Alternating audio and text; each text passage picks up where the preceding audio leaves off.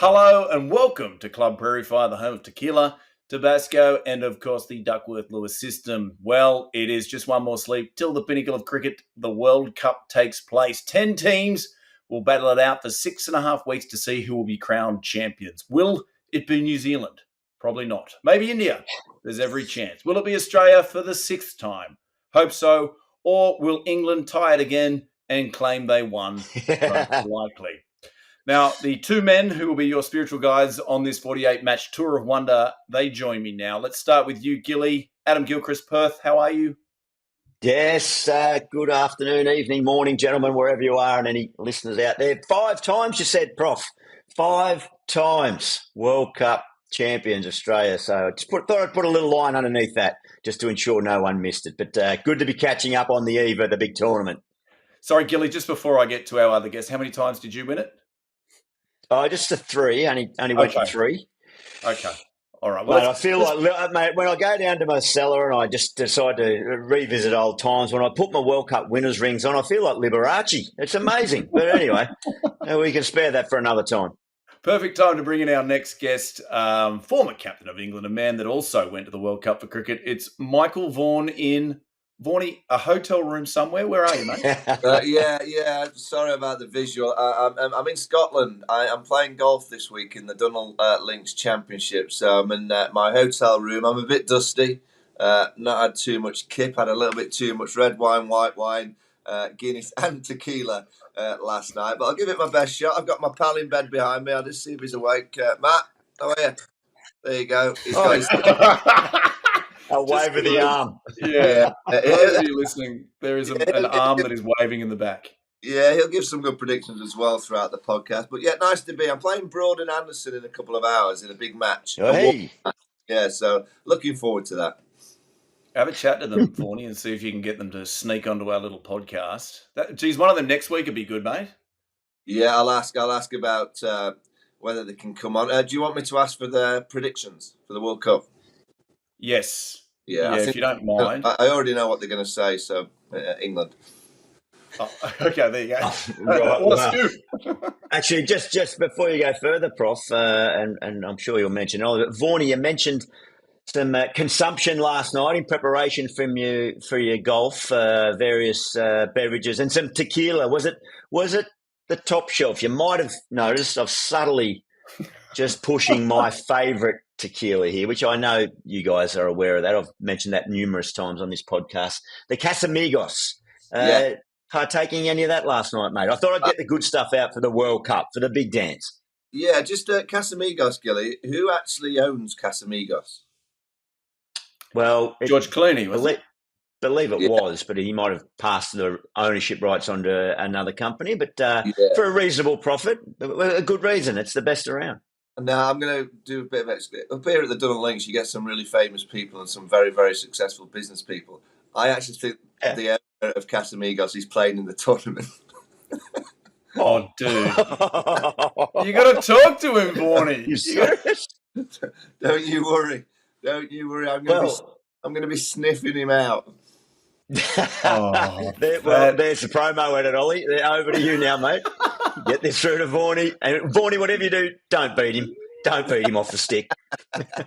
Now, Ollie, this is a good time to bring you in. Our intrepid producer, Ollie Silverton. Ollie, where are you? That looks like a bathroom. Is it? Are you hiding in mum and dad's bathroom?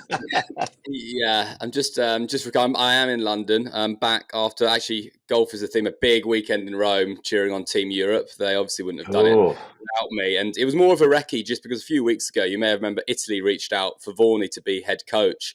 And I think you should do it, Vaughany. It's a hell of a place. It's a great city, green decks, lovely lawn porn everywhere. 100%. I would recommend. Really? Yeah, lawn porn everywhere. Yeah. So no, it was an excellent time. But I've been working hard as well, gents. Mainly getting a sponsor. So I don't know if we can ring the bell, whatever the thing is, but we've officially. Ding. The social update on Club Prairie Fire has a sponsor. Thank you. Thank you.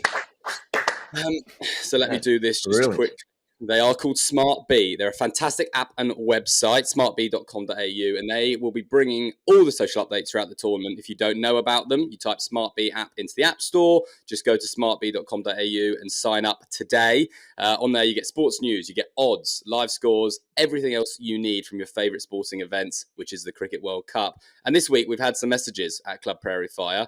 A couple caught my eye. One was a gift for you, Vaughany, from Labandas4994 on YouTube. He says, I live 500 metres from the Barabati Stadium in Cuttack and I can get you a piece of the turf. Any interest in a present of some grass from the ground? What's he called again, Ollie? Labantas 4994. Lovely gentleman who wants to give you some grass. Interesting name. I think I'll be at that ground throughout the World Cup at some stage. If he wants perfect. me, how far? 500 yards? Did you say? Yeah. Well, in India, that's probably 4 hours driving with traffic. So I might be able to squeeze it in one afternoon. Surely, pop around for a cup of tea. Yeah. Surely, Vaughany. That's great. Reminds me of the 2007 World Cup in the Caribbean, Vaughany, where people were just randomly coming up and offering you grass. I'm not sure whether it's the same bloke or what. But hey, well done on the sponsorship. I thought I'll just forge into my own Prairie Fire first. We'll do a full toast later on, but well done to you, mate. Cheers. Cheers. Absolutely. We've actually got. I'm glad Casamigos are clearly going to partner with us, because if you, for you listeners, if you guys all check your phones, you will see an image I've just sent to you. We've just had a fan send in, say Gilly and Vaughany are doing an excellent job marketing El Shito. They were selling over Mexico. We've had a fan send in an image, and guys listening to the podcast, everyone is opening their phones live to this image of El Shito Tradicional. That is unbelievable. That's Photoshop, isn't it? Is that real? No comment, but big thank you to Saurabh Suresh who sent that in. Oh, wow. I hope somebody hasn't already cornered the El Shito market. Have we done any research? That's my concern. So we may need to go to Casamigos if our great idea is already gone.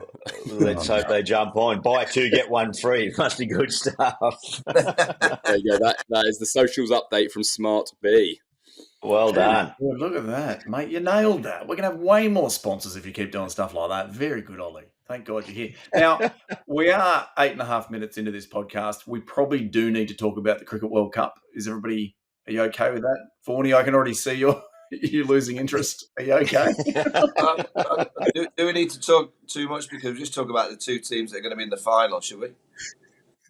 Yes, let's get straight into Australia versus Pakistan as Mitch Marsh. I thought what we'd do, because people want to listen to you two guys, two of the greatest minds in cricket. They watch you on Fox over the summer. They listen to you on BBC, whatever it is, and you are often great with your predictions of what's about to happen in the cricket. I see you rolling your eyes there, Gilly.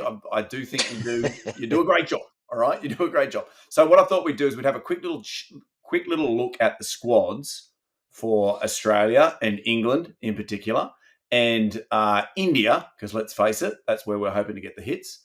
And I want you guys to pick for me who the leading run scorer, leading wicket taker, where they'll finish in the comp, and the player you're going to most enjoy watching and why. All right, you ready for this? Oh, let's go. All right, let's start with Australia. You've got Pat Cummins, Steve Smith, Alex Carey, Josh Inglis, Sean Abbott, Ashton Agar, Cameron Green, Josh Hazlewood, Travis Head, Mitch Marsh, Glenn Maxwell, Marcus Stoinis, David Warner, Adam Zampa, and Mitchell Stark. Now, let's start with you, Gilly, leading run scorer. Oh, so we're picking a leading run scorer from each team. Yeah, let's do it. Right, not across the whole tournament. Okay. I'm going to go with Stephen Smith. I think he's going to accumulate well with the most wickets. It's going to be a tough tournament for the Aussies if he's got the ball. So, yeah, he's got most wickets. And no, he can have most runs, although I'm very close to saying Josh Inglis. So I think Josh Inglis should be in their starting 11 somewhere, even if it's just as a bat. But I'm going to go with Steve Smith and most wickets, Mitchell Stark, and they are going to be champions. number one finish. And Yeah. who's the player you're going to most enjoy watching, Gilly? Who's your bolter? Josh Inglis.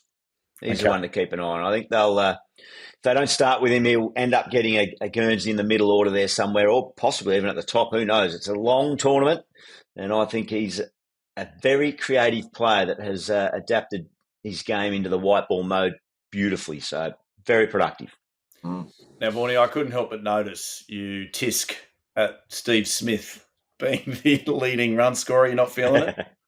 Well, first and foremost, I like the fact you've Gilly chosen Josh Inglis as the player to watch. So we'll be watching someone carrying drinks. That's a good pick. Maybe. He's my bolter. I can't wait to see him running on with his day glow on. A bit of Gatorade. Oh, he pours it well. 3 drops of Tabasco, thanks. I'm going to go. Steve Smith, he'll get runs, but it'll be boring. I'm going to go the big brute, Mitchy Marsh. Oof. Mitchy Marsh. And also, I like to add on the strike rate as well. I think Mitch Marsh will strike at 130 plus. Wickets, I'm going to go a bit out there. I'm going to go Zampa. Little Zampa, get a little tweak over in India. Player that's bowled David Warner in his last tournament. I like that. Very good. Gilly, you feeling that? I'm feeling it a little bit, but I'm most interested in where his prediction is, where we're going to finish Australia. Well, you've done well to What get. do you got? You've done well. So that's a good start. I'm well to get what? The World Cup. So that's a good start. Qualification for the minnows is always, worth celebrating. So you've done well.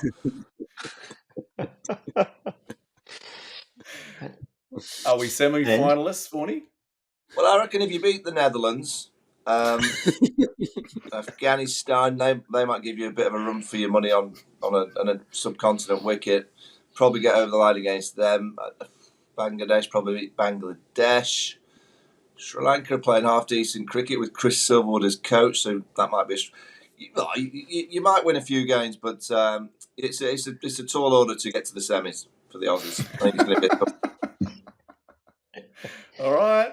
Hey, we're marking these down, Ollie. This is why we're doing this. So at the end of this tournament, we can hold them accountable. That's the whole reason. Now, let's look at the England lineup: Josh Buttler, Moeen Ali, Gus Atkinson, Johnny Bairstow, Sam Curran, Liam Livingstone, Darwood Milan, Adil Rashid, Joe Root, Harry Brook, Ben Stokes, Reece Topley, David Willey, Mark Wood, and Chris Wokes. Harry Brook, there he is, that name. Yeah. We all didn't think would be there. Vaughany, they're your country, mate. You lead off here. Leading run scorer. Leading run scorer, I'm going to go Bairstow at the top of the order. I think Bairstow will get on a bit of a roll. Andy will entertain. Andy will score very quickly. So I think Johnny Bairstow will be England's leading scorer. Wicket taker? Wicket taker. I think Adil Rashid. I'm going for the leg spinners. A little bit of Adil Rashid in the middle. I think he'll have to have a great World Cup for England to go all the way. So I'm going to go Adil Rashid. All right. And where will the Poms finish? I think they'll lose to India in the final. Mate, how many Instagram and Twitter followers do you need? What I was talking about last week, about, if you tweet things sometimes on Twitter, you get more traction. And I did put my 4 semi-finalists, which are England, Pakistan, South Africa is a little bit of a wild card, and then obviously India were in my 4, and that's had over 1 million hits as well. So, yeah. And who's the player? India are the team to beat. It's not just that we're trying to get traction and sponsors for the podcast. They are the team to beat. Who's your bolter? Who do you want to watch? Is it Harry? HB Source, if he gets into the side. Harry Brook, yeah. All right. Now, we're about to ask Gilly, but can you just ask your mate behind you who's going to be the leading run scorer? Matt, Roo, wake up. We've got to go to the... Who's going to be the leading run scorer for England? Rooty. He's from Sheffield. Oh. He's gone Old school like me with Steve Smith. Yeah, Boy. Rich, to be honest, he has no clue that there's a Cricket World Cup about to start. He has absolutely no idea what he's talking about. All right, Gilly, who's your leading run scorer for England? For England, I'm going to say their top orders is going to. Is Liam Livingston going to play, Vaughany? Is he going to be in the starting 11, isn't he? Yeah, I'm going to go Livingston, I think, over the course of a long tournament. He's going to chip in. He's batting at 6. He won't get in. Yeah, it's going to be a tough tournament for your top order. That's what I'm saying. He's going to be in the power play, mate. He'll be in there well and truly. So he's in. I want to go with Adil Rashid, but I'm just going to try and go against the grain and say that Reece Topley's going to get the job done with new and old ball. So he's going to clean up the wickets. He'll get a couple of good ones early, a little bit of shape, and then he'll get a few Kimbies at the end of an innings when the slog's on. I'll just check out Reece Topley. I think he used to go out with a tennis player. A really famous tennis player. Yeah. He lives just down the road from me as well, and he met his girlfriend on Raya. So we're very similar, Reece and I. And yes, he's dated a few celebrities. And he's a good bowler. He got me out in lower 6th. So there you go when we were 17. So he's a good bowler. That's a true indication. I love how you two blokes have just forgotten that dear friend of the show, Chris Wokes, you've cast him off. Didn't we chat to him 2 weeks ago? You were saying he was going to kill it. No, I did actually. And if you know some of the warm-up games that have been played in the monsoon season, which I think is going to play quite a big part in this tournament, the ball has been swinging around. I mean, Starkey got lucky with that against the Netherlands. Bit fortunate on all occasions, knocking off stump and middle stump out the ground. It was hooping round corners. So I think the weather that they have in India, I think at the start of the World Cup, the swing bowlers like Woke, Stark, Sammy Curran, those kind of bowlers, I think they're going to have a bit of success. Yeah, Sammy Curran's my player to watch in the England squad. He's the one I'm looking forward to watching. They're going to be losing semi-finalists. That's where I see England. So I'll allow them to get to the final 4, but they're going out straight away. Who's beating them, Gilly? Australia or India, whichever one we match up against. Yeah, Australia-England semi-final last time went well for you. Oh, yeah, but mate, you're playing in your backyard there. You had a bit of momentum going. Your man of the match that day you haven't even fucking picked for this tournament, so you've left him at home. So if you want to open old scars, anyway, we'll see where it lands, won't we? On to India, shall we? Yeah, let's move it on. Let's be honest, Ollie, I'll edit those 2 chats about England and Australia and make sure that this talk about will be at least 10 minutes long.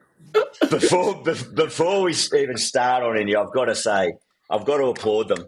I don't know how they managed it with the scheduling or whatever, but they have had the perfect preparation. And I don't mean by beating Australia 2-1 in those 3 games. Both warm-up games washed out, match abandoned, not a ball bowl. Vaughany, you know and I know how important it is to not worry about warm-up matches. They're a waste of time. We saw David Warner bowl 2 overs for Australia. The more washouts for warm-up matches, the better. It gets you in the perfect mindset and away you go. Yeah, absolutely. See, India, they can plan everything in their own backyard, you see. Maybe the odd pitch. Not saying much about that, but maybe the odd pitch may suit their style of play. Funny. Well, as it should at home, home turf, you should get a little bit of an advantage. The last few World Cups, look who's won them. India 211, Australia 215, England 219, India 223. There you go. That's very telling. The Indian side, Rohit Sharma is your captain, Hardik Pandya, Shubman Gill, Virat Kohli, Cerise Iyer, KL Rahul, Ravindra Jadeja, Shardul Thakur, Jasprit Bumrah, Mohammad Siraj, Kuldeep Yadav, Mohammad Shami, Ravi Ashwin, Ishan Kishan, and Surya Kumar Yadav. Strong. Now, I read Decent a team. couple articles today pointing towards Shubman Gill to be the leading run scorer. Yep. Thoughts? Yeah. Correct. Feeling that? Correct. Both here? Okay. Yeah. I reckon, what about wicket take? I reckon Shubman, because for the last 10 years we've been talking about the big four, and with Kane Williamson, Virat, Steve Smith, Joe Root. I reckon the next generation, there's a bit of Harry Brook chat, but I don't think he's quite in that category just yet. Shubman Gill is definitely going to be one of those next four if we talk about batters in the next 10 years. He's the one who will definitely be in that group. I don't see any Aussies in there at the minute, I have to be honest. Not yet. Do you? Gil? No, I don't see any name jumping out like the impression that he's made on the world stage. And he made a massive statement out here a few years ago in the Test match in Brisbane on that tour, and man, just went by the wayside a tiny bit, didn't he? But he's come back in every format now and just creaming it, and just looks every inch the quality of player that they had their hopes pinned on as a young prodigy coming through, and he's now fulfilling that. You're spot on. He's got a touch of class and just looks so settled. So he's batting, I think, with everything around it, is going to see that team fire. And I agree. I think he'll be leading run scorer for the tournament, actually, not just for India. Yeah, I think if we're both saying Shubman Gill, let's go. How many hundreds will he get? I think he'll get 3. Oh, okay. I'll reluctant to agree with you, so I'll go 2. Very good. And the leading wicket taker, boys. Bumrah? Who are you looking at here? Yeah, geez, I am. The rock star. Yeah. Jadeja. Left arm tweaker. That's what I'm going for. Yeah, and I like him. Yeah, he's a likeable player. I don't clarify, but I think he's a cool dude. Jadeja. He's got a few horses, you know. Has he? Yeah, he's got horses, yeah. Loves a horse. There's a random stat. As in just rides them around, or as in racehorses, or? Yeah, he's got horses in his backyard in India. Yeah, he rides them. Yeah, he gets on them and flies around the field. Goodness me. Good stuff. Where will they finish? Making that up. Just feel that on. It's true. Yeah, sounds true. I love horses. I was just looking if Shubman Gill has ever got 100 in Yorkshire, and he hasn't. He's only got it in Sussex, so he can't again. That'd be great. But yeah, he'll play for you one day. Yeah, we'll have him one day. Yeah. You always start at Glamorgan and then you work up to Yorkshire, so that's what he's done. Okay. Some of the feedback comments to you, Vaughany, on that one were hilarious. Just off, mate, you loser. What would you? How many one-day hundreds did you make, you loser?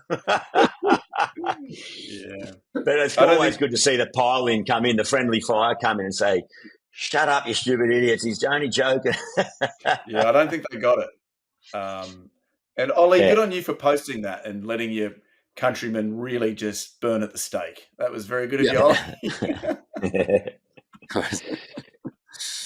All right, who's the leading wicket taker?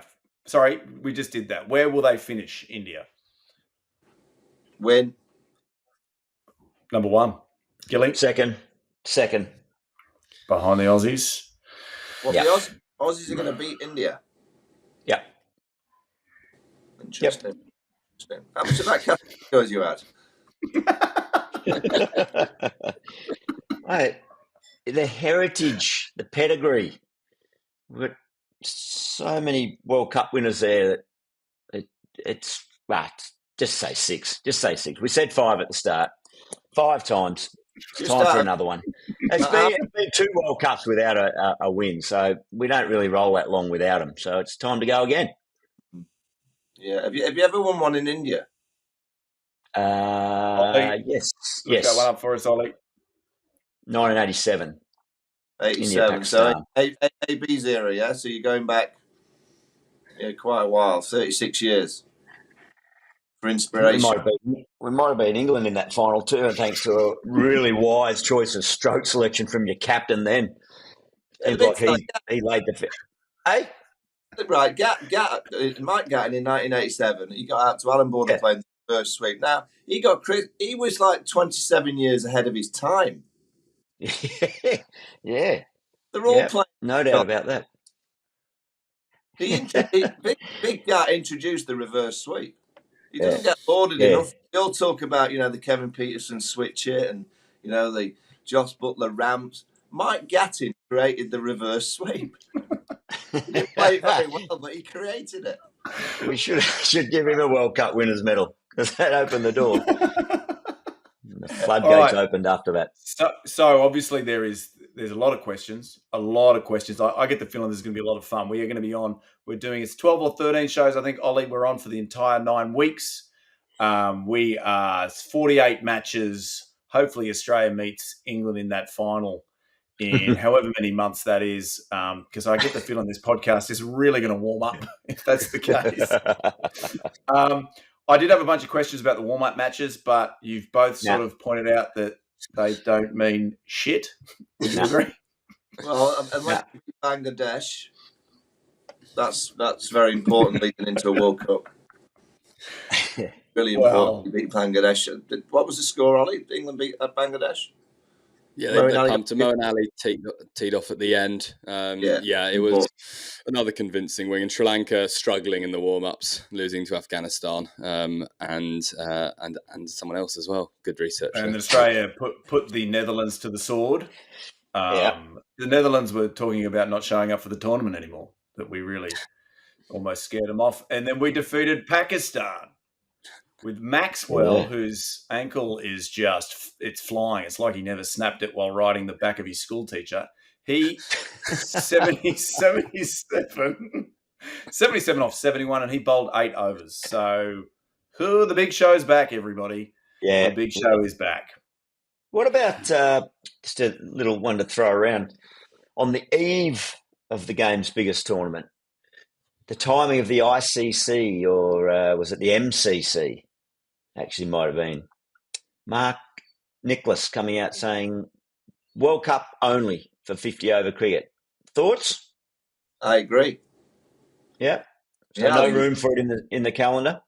I think the bilateral 50-over series now are just... There's no consequence. So the intensity of... These players play so much intense cricket over the 12 months with the franchise leagues, test cricket. I just think that when the 50-over bilaterals arrive, it's a snooze fest. And the kind of intensity drops. Something has to drop out in the world schedule for everything to kind of carry on. That's good about the game.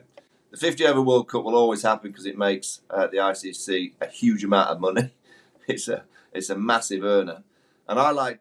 We kind of belittle warm-up games, but if you got rid of the bilateral 50-over kind of series... The 4 weeks leading into the 50-over World Cup, you'd have to play some warm games. And I think those games would create a bit more intensity because the players wouldn't have played together as much as they used to do. So I actually think Mark Nicholas is on to something. And by the way, he's the president of the MCC, so it will happen. Wow. What do you think, Gilly? Yeah, his description was T20 cricket's got something almost supernatural going on at the moment. Look, I get the sentiment, but it's interesting. So T20 will just eat up the space, which is going to be commercially, equally, if not more viable. But interesting, in Australia, they've just in the Big Bash, we've just trimmed back the Big Bash in the volume of games. So if T20 is taking over the world. The appetite down here certainly was that a little bit less will be more. So I always thought there's enough room for all 3 formats, just don't have too many of any of them. But it seems like that if the MCC are recommending this and there seems to be a push around it, I think it's inevitable it's going to happen. I also think, and this is because obviously cricket's played in different parts of the world, so it's quite hard to get what I sometimes think a break would be quite nice for the game. A month when no cricket play. So we actually we missed cricket for a month, and we're all excited when it comes back. if I was on a board somewhere, I'd be trying to look at a window where actually the game of cricket is not played, just for a few weeks, so everyone gets a breather. Did it used to be like that when you guys were in full swing? Well, but when I started back in the 90s, England went on one tour in the winter. So it was either pre-Christmas, post-Christmas, or the Australia-South Africa tours were always throughout Christmas. Again, back in the 90s, used to be 3 Texaco Trophy one-day games in a summer and 5 test. That was it in the international schedule. So you can see it's now played, which is great for the game. But I just think we do overkill cricket, and these players, as much as we all think they're robots, they're not. They need a breather. They need a little bit of a spell out sometimes. Yeah, and that's where. I remember some breaks, a month off here and there where you just get away and there'd be nothing on at all. But there's some big stock going to be running out of 50 over cricket after this tournament, aren't they? Won't play it ever again. Won't get through to that next World Cup. This may well be the last ever 50 over World Cup. It's a possibility. That's I know there's 2 more planned and booked in, but things can change quickly if MCC and dare I say it, BCCI want it. Mm. On that super positive note, should we take a look at the opening matches? Very last World Cup ever. Jesus, that took a turn. How many episodes we're getting through? We started dark. Oh, our first toast is to the death of one-day cricket. Brilliant, thank you. Yeah. Let's do this real quick. England, New Zealand. They open us up on Friday, 7:30 p.m. Sydney, 9:30 a.m. in the UK. Opening match of the World Cup. Very exciting. Obviously, the 2 finalists from 2019 who tied. They're at Narendra Modi Stadium in India. 134,000 screaming fans will pack it in. Predictions, boys? It's sold out, the first game. I didn't look into that. I just looked at the capacity. And I just figured doesn't every game in India sell out? No? Oh, no. No. Every game that India play, yeah. Who's going to win, Vaughany? Oh, England will win. England will win. Yeah. That's a silly question. Yeah. I got to say who is going to win. I can't just go, England's going to win. Who's winning on Friday, Matt? Holland. He says Holland are winning the World Cup. Gilly, England I'll easily. go with England. Yeah, I'll go with, not necessarily easily, but I'll go with England. Yep. Have either of you played at that stadium when it's been full? No, it's only 3 years old. So yeah, right. Yeah, there you go. Good research, Prof. Nice work. All right, hey, then on Sunday, blockbuster. Australia take on India, 7:30 p.m. Sydney, 9:30 a.m. in the UK. That's at Chepauk Stadium. I hope I pronounced that correctly. India. Who's going to win that one, guys? That is a dynamite game to kick things off on that weekend. Yeah, that's a beauty. That will be sold out. They'll be on the roof. Yep. They'll be everywhere for that one. Who's going to win that one? India. India will be winning. Yeah, Chennai is a good venue for, most venues in India are good for India. So, look, I think that's the one game that Australia are going to drop in their round robin, if you like, the pool match where you play everyone in that pool. It's a big pool. But, I think the turning deck there might be a bit too good for the Aussies, but just that's the only one they'll drop through the whole tournament. The Aussies played the spinners of South Africa really well in the series before. that stands them in good stead. Warm-up games, mate. They're worth nothing. Don't count. Bilateral, you mean? Warm-up games. Bilateral. Hey, mate, 2007, we went to New Zealand, lost 3-0. Then we went through next World Cup 3 weeks later undefeated. So pedigree, 5 World Cups. Might as well make it 6 now. We're going to have to grow another finger on our hand, fit all the rings on. The 2007 World Cup is one of a strong memory for me. I was the skipper. And we had a few off-field issues, should I say. You had a few off-land issues, not just off-field.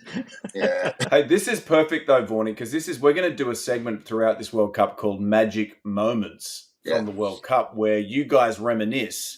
So I think this leads right into it. This might even be a great example. Can you start us off with this? Yeah, Vaughany? I can start us off with one of the great moments, and actually, it's not a great moment from on the field, because there was not many great moments in the 2007 World Cup for us. But it was a comment made by our manager. Actually, I know you wanted me to talk about maybe someone getting on a peddler, but I won't go throughout that issue. But what happened was we lost to South Africa in Barbados, which kind of kicked us out of the World Cup. So we then have to play the West Indies in the last game, but we're already out. We won that game, and by the way, I was man of the match. Dead rubber. And the manager, Phil Neal, he came to the team room for a meeting. He got us all in the room, and he said, I've got some really bad news. Because we've been kicked out a little bit early, the flights are really busy, and we can't get you back home for another 7 days. So, and what's the bad news, Phil?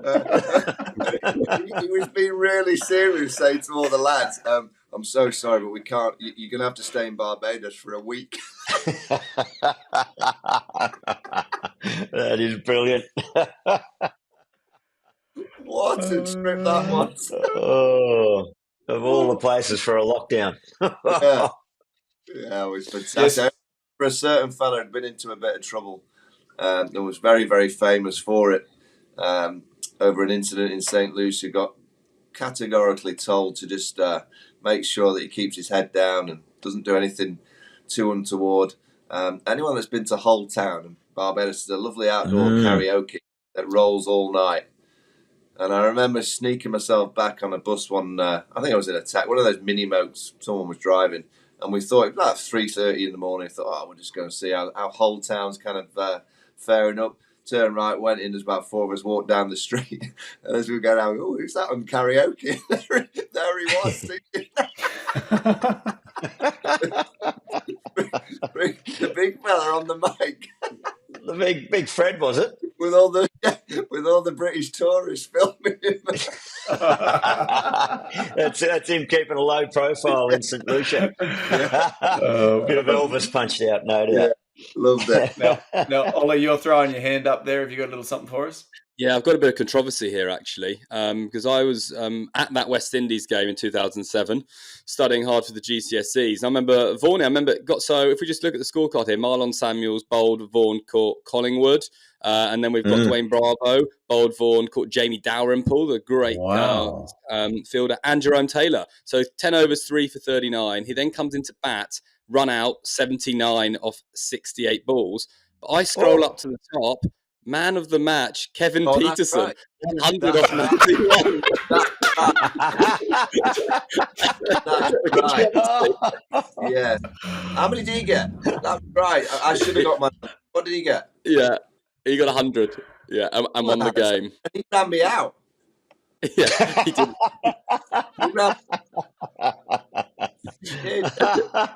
I never played a 50 over. That was my end. Gone. That is it. Bullshit.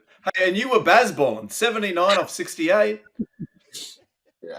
Again, I was like Mike Gatting. 87. He got the. I produced baseball. No one knew it. You had a better strike rate than Kevin Peterson in that game. 116 versus 108. What about the three? What about that? That needs to be an investigation. I think I've got to agree with you, Vaughany. I think you should have the gold goblets there rather than KP. Jesus. Ollie, can you look into this and just find out who decided that on the day? We might try and speak to them because KP's up here playing golf, and if you want a little bit of fun, if you go on the Dunnell Links Instagram feed, KP has done some tutorials, and he's very good at talking about batting, but he's done some tutorials about golf. just have a look. How to hit the 7-iron 145 under the wind. Just have a look. Is he a good golfer, Vaughany? No. No, but he talks like he's very, very good. You would expect that, KP, but you please just have a look on the Instagram at the Dunnell links, and just see the tutorials from Kevin Peterson and a few. I think there's a driving off the tee. There's definitely a 7-iron under the wind, and I don't know what. There's like 3 tutorials about how to play golf. Did anyone ask him to do it, or he just took the liberty? No, he just filmed himself. He gives opinion. Yeah. Hey, Ruth, get up. Driver, get up. Got to get up now. We're going to go to the court. Are we running out of time with you, Vaughany? Yeah, well, we're all right. He's driving me, so he's... oh, Jesus. He's got to dust him down and spray him. Yeah. So those other games on the weekend: Pakistan take on the Netherlands. That's on Friday. Bangladesh against Afghanistan. That's on the Saturday, and then Sri Lanka, they take on South Africa on the Saturday as well. So lots of World Cup cricket to get us started over the weekend.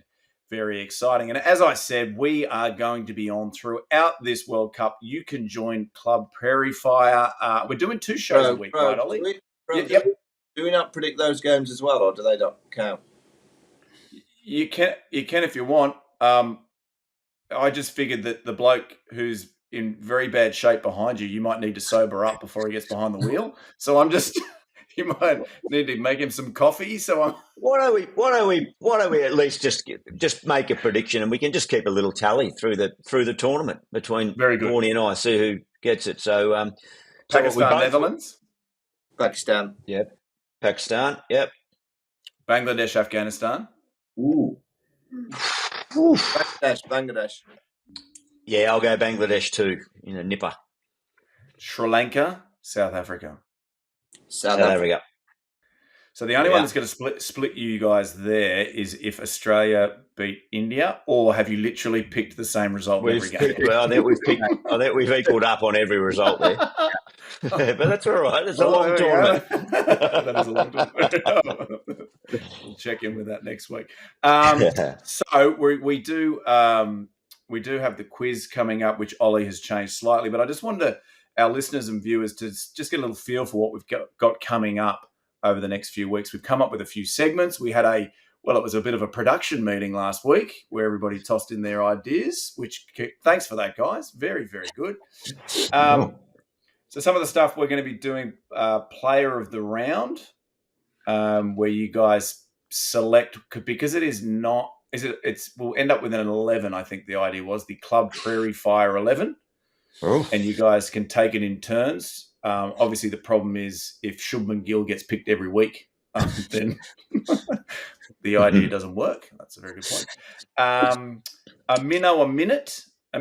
Sorry, that's where we take a look at a player from one of the emerging nations, from the Netherlands or Australia. One of the. Well, I think in the spirit of that, the minnow minute, I think we should actually name it the Dwayne Leverott minute, because as far as minnows and icons and cult status, the big fella from Bermuda, the 07 World Cup, I think should we call it that? Name it after him. Love that. Very good. Pop that down, Ollie. Who's been Bazballed is back by popular demand. They've just been it's been overwhelming, the response. Bring it back, Vaughany. We love it. So Vaughany, you'll be giving us each week who's been Bazballed.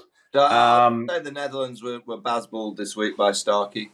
Yeah, that's a decent effort. I reckon D. Warner was Bazballed by Pakistan last night. His 2 overs went for 41 or something, didn't they? I didn't see that. I was pissed.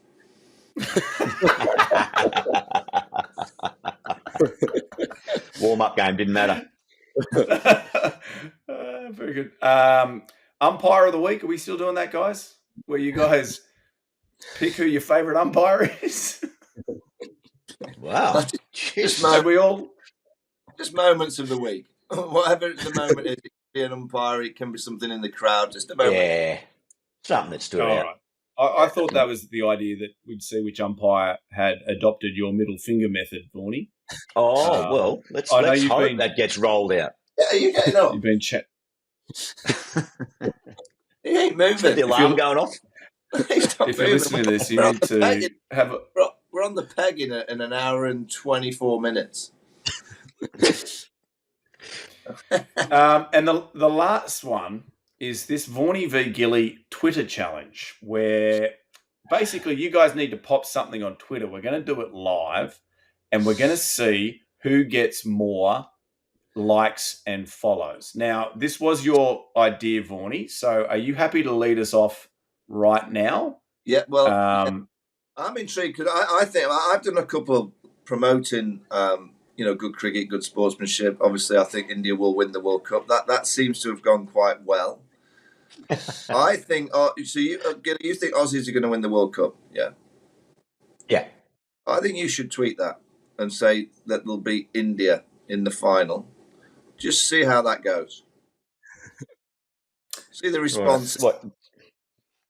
Straight away? Yeah, in a nice way. So can't wait for the World Cup to start. Some really good teams playing.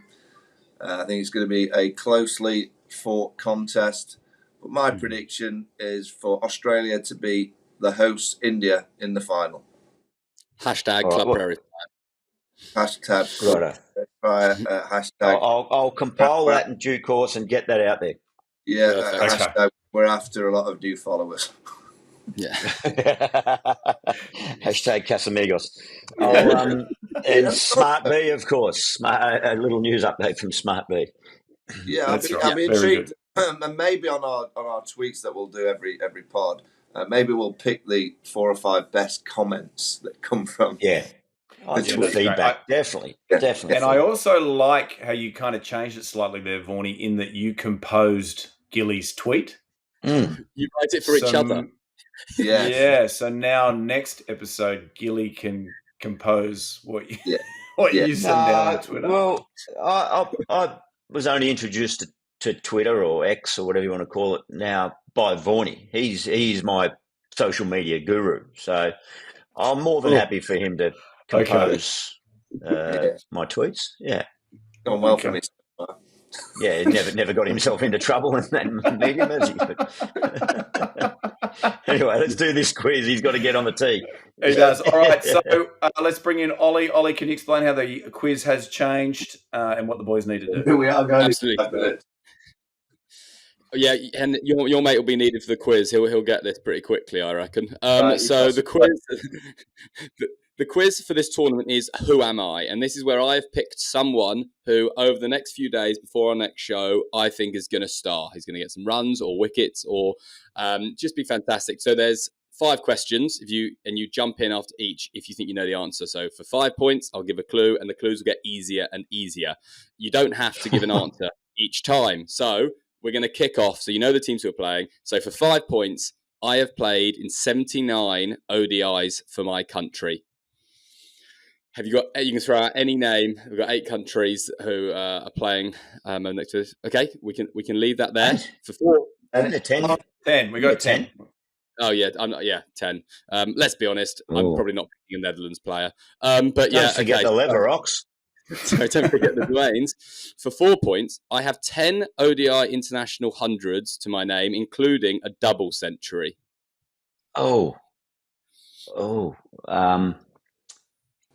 So 79 games, you've got 10 hundreds? Yep, and 1 double. I'm going to go Quentin de Kock. No, Vaughany? He's played more than that, hasn't he? Yeah, I know, but it's hundreds. It's interesting. Klassen.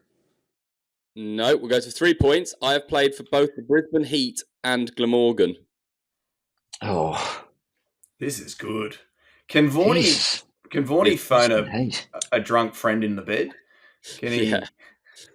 I think he did say... He's going to say Joe Root, isn't he?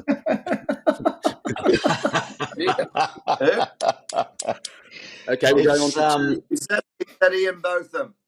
2 points. I scored my maiden one-day international century in the 2017 Champions Trophy final. Oh, fuckers, a man. Adam Gilchrist. Ding, ding, ding. I wanted to say it last. I should have said it at 3 points. I had no conviction after my Quentin de Kock one. So, yeah. It's an accumulative One of score, your- so it's 2-0 as we go on through. We will see. So you I like can that. end with a big 5-pointer. But yeah, that is Fakhar Zaman. And just a reminder, if you agree with me and think the Pakistan opener will go well, you want more info on the team, opposition, anything you like, then of course Smart B is the place, all at your fingertips. It's your destination for all things sport. Smart B is your smart bet. Ollie, was your last clue that Mark Waugh has trouble saying his name on broadcast? I only picked him for his name. Unbelievable. After you watch this on YouTube, Google Mark Waugh or Junior says Fakhar Zaman. It's worth it. It's definitely worth it. It's just an update. My mate's got out of bed. That's the Excellent. Hey, well Excellent. done. There we go. Hey, Vaughany, we're about to go. Who's the most famous person you've met there so far at the Dunhill Leagues? Oh, there's some big. Bill Murray was there last night in this. Oh. Catherine Zeta-Jones was 2 tables along from me. I'm yet to get the selfie with her. Who else? Gareth Bale. He looked cool. Ooh, that's very good. He's playing with Gareth Bale in one of his games on Thursday. He'll be able to give you a couple of footballing tips, KP. That'd be good. Might be a bit late for Gareth now, but yeah, we're doing a free kick tutorial by the end of the week.